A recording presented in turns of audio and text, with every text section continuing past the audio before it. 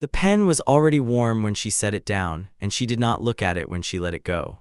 Van Uvrath noted this in his session record at 09:14 station time, 3 minutes before the tribunal formally opened. He noted it because he noted everything: the ambient temperature of the chamber, the number of delegates present in the gallery, the exact seating arrangement of the human delegation on the compliance platform below. He did not yet understand why the pen's temperature mattered. He included it anyway. In 40 years of session records, this was the first time he had written down the warmth of a diplomat's pen. He could not explain the instinct. He filed it under observable details and moved on. He should have stopped there. The assessor's hall held 900 delegates that morning. 912 if you counted the gallery observers. The human table sat 1.4 meters below the main floor on the compliance platform, a recessed section built for species under active remediation status. The Solari Dominion had constructed it 2 centuries ago and used it perhaps a dozen times in all those years. Most assessments did not require it. The humans had been on it for 11 years. The transit map was already on the display behind the human delegation when Uvrath looked up from his notes.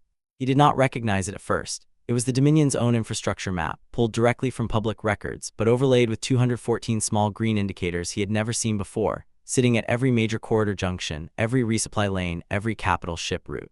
214 of them. He began to count and then stopped counting because the number was on the screen in plain figures and counting would not change it. Admiral Selu picked up the pen. She clicked it twice. 11 of the green indicators turned gray. Not red, gray, the Universal Tribunal display code for vessel inoperable, cruise status nominal. 11 Solari patrol ships adrift in 7 separate corridors, drive cores collapsed, life support intact, going nowhere. 203 green indicators remained on the screen. No crew, no signal, no way to find them if you hadn't known where to look. The 40 Norathi delegates in the gallery went from amber to white all at once, their bioluminescent spines blazing so bright that people in the adjacent rows turned away. Uvrath's palms came down flat on the writing surface. The sound was small. In the silence that followed, it was enormous. The silence lasted 47 seconds. He timed it. He is still not certain why he timed it. He had never timed a silence before. Stay close. The part I keep coming back to is what she did before those 47 seconds ran out.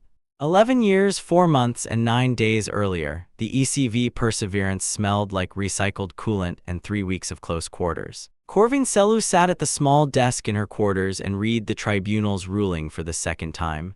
The first time had taken her 11 minutes. The second time took 4. The words were the same.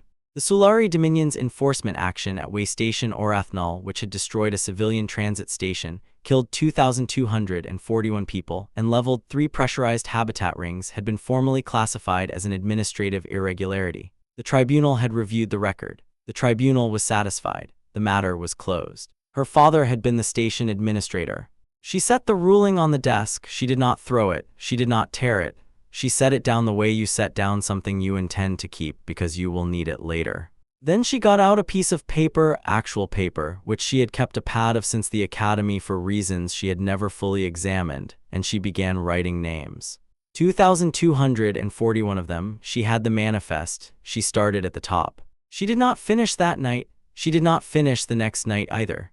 It took her 9 days of evenings, and when she was done, she folded the list and put it in a metal box that had belonged to her father, and she put the box in the bottom drawer of her desk, and she went back to work. The pen went in her breast pocket. He had carried it to every negotiation he attended. It was slim, brass alloy, tarnished at the clip from years of his thumb running across it the same way every time he picked it up. She had found it in his effects along with 3 books and a framed photograph of a mountain she did not recognize. She kept all of it. The pen was the only thing she used. It was always warm before she touched it. She had been carrying it since before breakfast every day for 11 years, and the metal had taken on her temperature completely. Sometimes she forgot it was not part of her hand. She pulled up the transit map of the Solari Dominion's corridor network on her screen.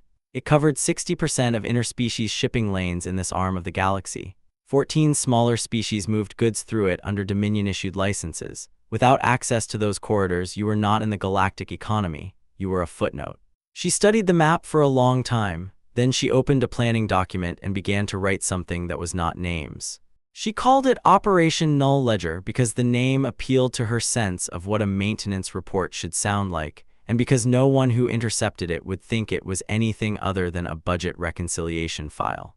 It would run for 11 years. It would span 4 human administrations. Not one of those administrations would know the full count of what she was building. She parceled the information carefully, approvals filed under infrastructure maintenance and deep space survey operations, because the thing about a maintenance report is that no one reads it unless something breaks. Nothing broke, no one read it. By the time she walked into the assessor's hall, 214 null-lance platforms were sitting in the dark across 7 Sulari transit corridors, and Grand Assessor Druvenkal's analysts had run 6 separate assessments of human military capacity and never found a single one of them. She had measured that too. The team she brought to Thuvine 3 was 8 people. Commander Tone ran tactical and kept his hands folded on the table at all times regardless of what was happening across from him, which Uvarath later described as either remarkable discipline or the absence of any readable tells, he was never certain which. Dr. Nasara Wick had designed the null-lance payload, a compressed drive collapse mechanism small enough to fit inside a standard deep space survey drone, and she had not slept more than 4 hours in the last 3 weeks, a fact visible only in the way she occasionally blinked twice in quick succession when someone said something that required a response. LT Oren Castle handled intelligence and spoke Sulari in 3 dialects, which meant he could track the side conversations in the gallery without looking like he was listening. Chief Marisol Davin had kept the platform network running on 3 hours of sleep per night for the final 9 days. Dr. Fail Koren had written the letters to the 9 coalition species, each one different, each one asking only that they attend and observe and vote their conscience, nothing more, nothing less.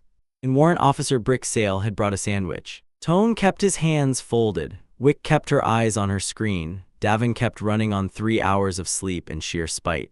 Sale had eaten half the sandwich in the transport corridor on the way to the docking bay. He offered the second half to Koren before they boarded. Koren had declined with thanks.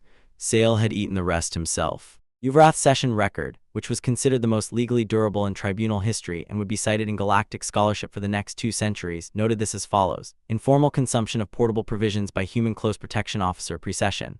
He wrote it in the same tone he used for cargo manifests. He did not know it was the funniest sentence of his 40-year career. He was not trying to be funny, he was trying to be complete. The Assessor's Hall at Conclave Anchorage Thuvine 3 was built 200 years ago by the Sulari Dominion to host exactly this kind of meeting, which meant it was built to communicate one thing in every dimension: this is our room. The ceiling was 38 meters high. Walls were pale composite stone that absorbed sound in the lower registers, which happened to be the range of most non-Sulari voices, and amplified it in the subsonic range, which happened to be the range of Sulari vocal resonance. The 900 delegate seats rose in ascending tiers from the main floor. The compliance platform sat 1.4 meters below that floor, accessed by a ramp that had no railing, which was not specified in any protocol document, and had simply never been changed. Sellu had visited the chamber the evening before. She measured the drop from the main floor to the platform surface. She measured the sightlines from each tier of the gallery to the display screen behind the human table. She noted which seats in the front observer row had an unobstructed view of both the main assessor's bench and the human delegation simultaneously. She found all of it useful. The Grand Assessor arrived at 0907. Druvenkal stood 6'9" in the Sulari convention of measurement, which tracked closely enough to human scale to be directly comparable, and he wore no decorations. In Sulari culture, this meant he had stopped counting victories because the number had become embarrassing. His chitinous plating was gray-green across the upper torso and shoulders. His innermost set of eyelids, the translucent ones, stayed half-closed at all times, which gave him the permanent expression of someone who had already heard whatever you were about to say and found it marginally less interesting than his last thought. His left manipulator claw was 14 centimeters shorter than his right. He had never mentioned this to anyone. No one who valued their continued presence in his chambers mentioned it either. He had formally assessed 31 species in this chamber before today. Every single assessment had been accurate.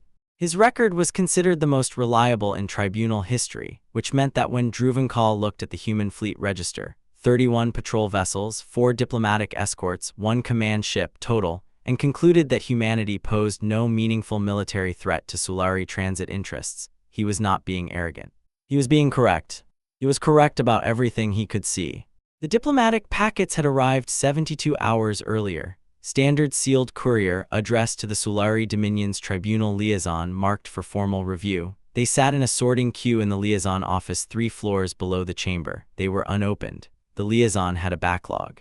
The packets were from humans, and humans were in remediation status, and remediation status species did not typically send anything that required urgent reading. Then Uvarath arrived at 0850, which was his habit. He was small even by Uvori standards, pale gray, 4-fingered, with the wide lateral eyes of a species that had evolved for low-light environments, and had subsequently spent most of its history in rooms with inadequate lighting writing things down. The Uvori Compact held one permanent observer seat at the tribunal and no military capacity whatsoever. Their power was their record. Every session Uvarath had attended in 40 years had been recorded with the same flat precision, and his records had been cited in 14 formal disputes and 3 restructuring agreements, and not one citation had ever been successfully challenged. He settled into his observer seat, arranged his writing materials, and looked at the chamber. He noted the human delegation first. They were easy to locate, being 1.4 meters lower than everyone else. 8 people. Admiral Selu was already in her seat. She had close-cropped hair going silver at the left temple only and a small tattoo on the inside of her left wrist in a script Uvarath did not recognize. She was reading something on a document card. She placed it face down when the session bell rang without looking up.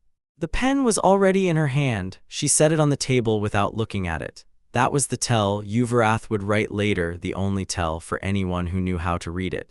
She only put it down when she was finished kneading it. He did not know what that meant yet. He looked at the gallery. He had been looking at the gallery more specifically because something had felt slightly wrong since he sat down, and he was the kind of person who tracked the feeling until it resolved. 9 delegations in the upper gallery were not talking, not quietly talking, not whispering, not the usual pre-session murmur of small species diplomats waiting for the Sulari to start things. They were still, watching. He noted their species. He noted their arrangement, not clustered together, which would have suggested coordination, but distributed across the gallery in positions that happened to cover every sight line in the room. He noted that Elder Tessavon of the Verath remnant was in the front observer row. Tessavon had not attended a tribunal session in 14 years. The Verath remnant were 6-limbed, rust-colored, low to the ground, and governed by full elder consensus, which meant they could not make a decision without every living elder present. They had brought 7 elders to Thuvine 3. 7 elders was the entire quorum. They had brought every decision-maker. They had to sit in a gallery and watch. Uvarath began writing faster. He did not know why. He was not yet certain what he was recording. Tessavon did not look at the human delegation. She looked at Druvankal. She had been looking at him for 38 years, since the day the Sulari Dominion stripped the Verath remnant's transit licenses in a procedural action that the tribunal had reviewed and accepted. She had the patience of a species that lived 3 centuries and forgot nothing. Druvankal called the session to order at 09:14. He read the human fleet record into the formal transcript. He read it in the flat procedural tone of someone doing addition. 31 patrol vessels, 4 diplomatic escorts, 1 command ship. He paused after the totals. He noted, for the record, that the fleet represented approximately 3% of the Sulari Dominion's active corridor enforcement capacity, and that under the tribunal's standard assessment framework, no mandatory accommodation was required of a transit authority where the challenging party's military presence fell below the 8% threshold. He was entirely correct. Every number he read was accurate. The human fleet was exactly what the public registry said it was. This was the problem, and Druvankal had no framework for it. The gallery responded. It started in the upper tiers, a sound that moved down through the chamber in waves, the Sulari delegates joining last and loudest, their subsonic resonance adding a physical pressure to the air that the smaller species observers felt in their sternum. 11 seconds of it in a room with 38-meter ceilings. It was not quite laughter, and it was not quite contempt, and it was something that had a specific Sulari word for it, which roughly translated as the sound a thing makes when it falls from a height you had always predicted. Selu waited for it to finish the way you wait for rain, not impatient, not upset, just still, because there is no point in starting until it stops. Tone did not move. Wick did not look up from her screen. Corin put the cap back on his thermos with a small, precise click. Sale looked at the ceiling with the expression of someone checking whether the structural beams were adequate, which Uvarath recorded as human close protection officer directed gaze upward, reason unclear. Uvarath was scanning the gallery. The 9 quiet delegations had not made a sound during the 11 seconds. They were still watching.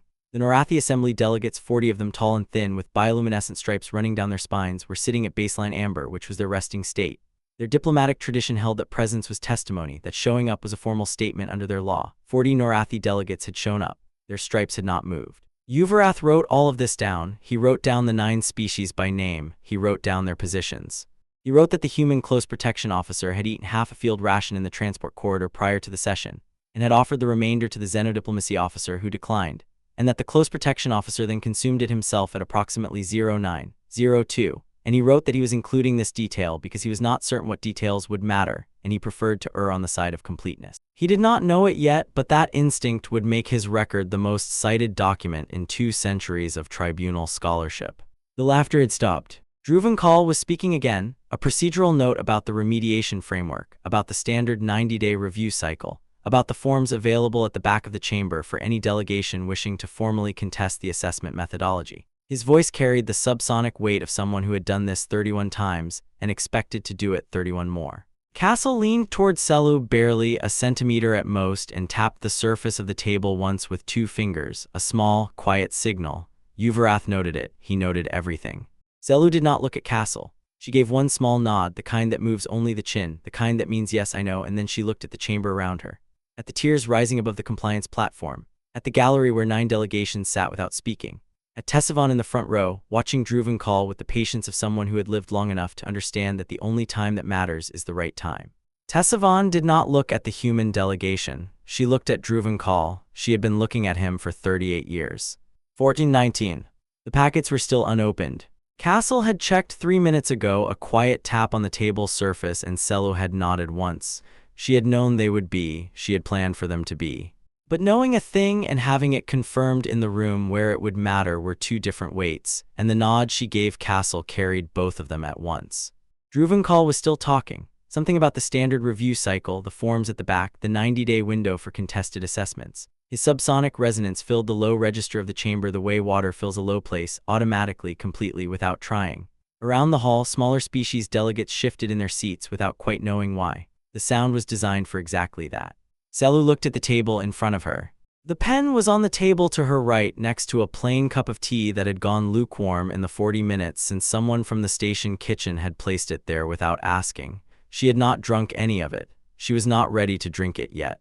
The 214 platforms had been built across 4 consecutive human administrations. No single government had known the full count. The first administration had approved a deep space survey program and thought little of it. The second had renewed the budget under infrastructure maintenance and not read the line items closely.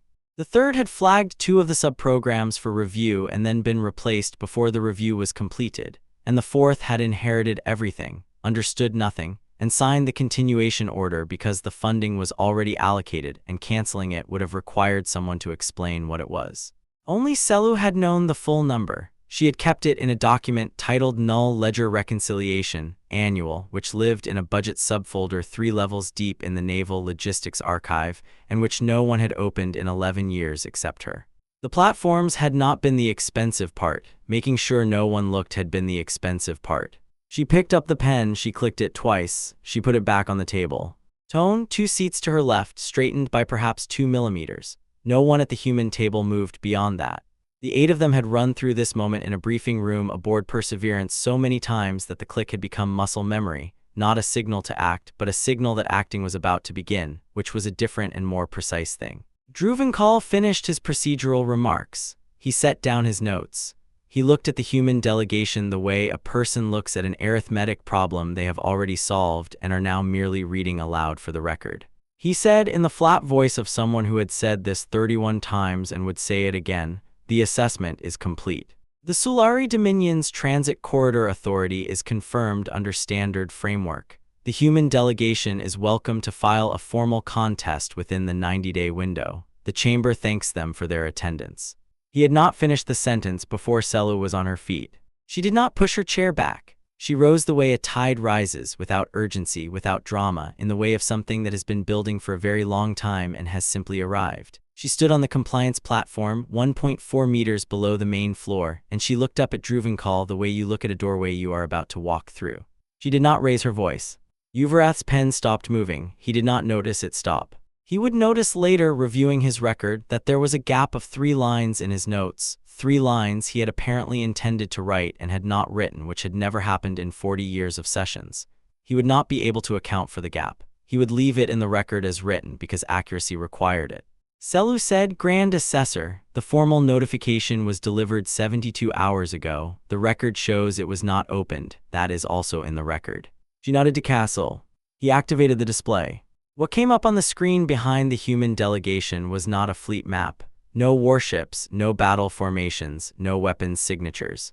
It was the Solari Dominion's own transit infrastructure map, pulled directly from public records, freely available, the same map that shipping companies used to route cargo and that corridor enforcement used to schedule patrols. Every major route, every resupply point, every capital ship lane running through 7 corridors that carried 60% of interspecies commerce in this arm of the galaxy. Overlaid on it in small green circles were 214 indicators. Every major junction, every resupply node, every point where a capital ship would need to slow to navigate, where a corridor narrowed, where there was no alternate route. 214 of them sitting exactly where they would need to sit, in positions no naval analyst had ever flagged because no naval analyst had been looking at infrastructure instead of vessels. The gallery did not make a sound. Selu said the platforms carry no crew, no communications, no energy signature until activation. They have been in position for between 3 and 11 years, depending on corridor priority. She picked up the pen. No warning, no declaration, no mercy on the math. She clicked it twice. 11 of the green circles went gray. Not red, the tribunal's display had a red code, it meant destroyed. Gray meant vessel inoperable, crew status nominal. 11 Solari patrol ships in 7 corridors, drive cores collapsed from 380,000 kilometers away with no visible launch signature, sitting in the dark with their life support running and their engines gone and nowhere to go. Formally notified 72 hours prior. The packets were in the liaison sorting queue, unopened, date stamped on the record. 203 green circles stayed lit. She said 203 indicators remain active. She sat down. She picked up the cold tea, she drank it anyway. 40 Norathi spines went from amber to white. All 40 at the same moment. The bioluminescent response could not be suppressed, their bodies did it before their diplomacy could stop it, and the light hit so fast and so sharp that 3 delegates in the adjacent rows turned away without knowing why. From the upper gallery, from any seat in the room, you could see them. Every tier, every angle. 40 witnesses lit up like something irreversible had just been made visible. Uvrath's palms came down flat on the writing surface. The sound was small, in the silence it was enormous. He did not decide to time the silence. He looked at the clock because he always looked at the clock and he did not look away. 47 seconds. He would check the notation 3 times after the session and it would say 47 seconds each time, and he would include it in the record because it happened and he had measured it, and he was not going to be the person who left the load-bearing details out. Druvankal did not speak. His innermost eyelids, the translucent ones, the ones that stayed half-closed to signal permanent contempt, had opened. Fully. Uvrath had never seen a Solari's innermost eyelids open fully. He had not known they could. At 38 seconds, Elder Tessavon raised her right foremost limb. She was looking at the pen, not the display, not the gray indicators, not Druvankal. The pen, sitting on the table in front of Selu, slightly tarnished at the clip, warm from 11 years of daily contact. Tessavon looked at it the way you look at something you recognize from a long time ago, from a context you never expected to see again. She called for a vote of record. The platforms were never meant to fire, they were meant to be counted. Druvankal's first words after the 47 seconds ran out were a procedural question. He asked whether the formal notification had been delivered through the correct diplomatic channel and whether the record could confirm the timestamp. He was told yes, and the timestamp was in the transcript. He did not respond to this. The session record notes a pause of 23 more seconds, then he called for recess. The recess lasted 4 hours. Selu spent 2 of those hours in her quarters aboard Perseverance with the metal box her father had owned. She took out one folded card. She read the name on it, a maintenance technician, 26 years old, 2 years into his first deep space posting, who had liked drawing animals on the habitat windows in condensation, and had a younger sister on a colony 3 systems away who had received a tribunal notification of his death, classified as administrative irregularity. She read the name, she put the card back, she closed the box. She put the pen back in her breast pocket. It was warm already. When Druvankal returned to the chamber, he brought 3 Solari legal analysts. They sat behind him in a row and did not speak. He did not address the 214 platforms. He did not address the 11 gray indicators. He requested a bilateral technical discussion, which was a formal mechanism that meant no record would be kept of what was said. Selu granted 20 minutes. The discussion took 7.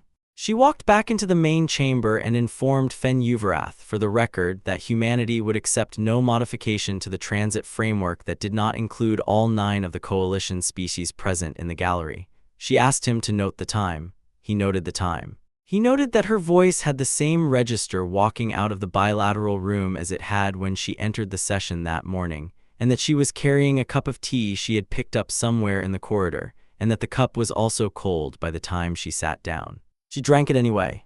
Yuvrath wrote that down too. 6 weeks later, the Solari Dominion formally reclassified 14 transit corridors from Dominion exclusive to shared access under joint tribunal oversight. The Varath Remnant's transit license was reinstated. 3 other coalition species received formal economic remediation packages. The diplomatic paperwork ran to 6,000 pages. Corin drafted most of it in the same small office aboard Perseverance where he had spent the last 11 years writing letters that asked species only to show up and watch. Sale brought sandwiches to every treaty session. This was not in any protocol. It became a tradition anyway. Yuvarath submitted his session record to the tribunal archive on the evening of the vote. He added one personal annotation, formatted separately from the official transcript, marked clearly as his own observation and not part of the formal record. It read as follows. I have recorded 214 formal sessions in this chamber. I have never before had reason to note the temperature of a pen, the sound of a hand striking a writing surface, or how long a silence lasted. I am noting these now because I believe they are the load-bearing details. I am uncertain I understood what I witnessed. I am certain that I witnessed it. He signed it with his full name and his observer designation and the date, and he filed it with the record, and he went home. 60 years later, the record was declassified in full. The annotation was the most cited passage in it. Scholars used Yuvarath's phrase, the load-bearing details, as shorthand for a specific kind of evidence, the kind that matters structurally rather than formally, that holds the weight of an event without appearing in the official summary. It entered tribunal vocabulary the way useful phrases do, quietly and without anyone deciding to let it in. Until one day it was simply there and everyone used it, and no one remembered a time when they hadn't. She clicked it twice, she wrote nothing. She put it back in her pocket and walked out. The cafeteria on sub-level 4 of Conclave Anchorage Thuvine 3 was not a place where anything important had ever happened. It had low ceilings and long tables and a hot drink dispenser that made a sound like a small animal in distress every time it cycled. Corin had been coming here every morning since they arrived at Thuvine 3 because it opened early and the tea was adequate and no one from the Solari delegation came this far down. Elder Tessivan was already at a table in the far corner when he arrived, the morning after the vote. She had a cup of something in front of her that was not tea and was probably not warm. Her 6 limbs were folded in the compact arrangement that meant she was comfortable, or at least not uncomfortable. She was the only Varath elder still on station. The other 6 had left the previous evening to begin the transit home. She had stayed. Corin bought 2 teas and sat across from her. She looked at her cup for a moment. She said, was it worth 11 years? Corin held his cup in both hands. The tea was hot enough that he could feel it through the ceramic, a clean, dry heat, the kind that starts to fade before you expect it to. He looked at the table for a long time. He said, we were the only ones who knew what we were measuring. Tessivan did not say anything. She picked up her cup and drank from it and set it back down. Outside the cafeteria's single window, a cargo hauler was moving along the docking ring, slow and steady, running lights blinking in the station dark. Somewhere 3 floors above them, in the tribunal archive, Yuvarath's record sat in a sealed file with a declassification date 60 years away, holding the temperature of a pen and the duration of a silence and the sound of 2 palms hitting a table, all noted in the same flat voice as a cargo manifest, waiting for the moment when someone would understand what they were reading. Corin finished his tea. He set the cup down. He did not say anything else. The pen was in Selu's pocket 2 corridors away, warm against her ribs, clicked twice that morning for no reason except that her hand had done it before her mind caught up, the same way her father's hand used to do it, in rooms like this one, before rooms like this one had a different kind of weight. She hadn't finished the list yet. She didn't plan to finish it soon.